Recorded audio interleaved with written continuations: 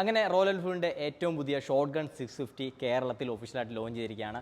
അതിൻ്റെ ഭാഗമായിട്ട് നമ്മളിപ്പോൾ നിൽക്കുന്നത് തിരുവല്ല സെൻറ്റ് മേരീസ് മോട്ടോഴ്സിലാണ്. അപ്പം എൻ്റെ മുന്നിൽ ഇരിക്കുന്നതാണ് നമ്മുടെ ഏറ്റവും പുതിയ ഷോട്ട് ഗൺ 650. അപ്പോൾ ഇതിൻ്റെ എക്സോസ് നോട്ട് എങ്ങനെയാണെന്ന് നമുക്ക് നോക്കാം.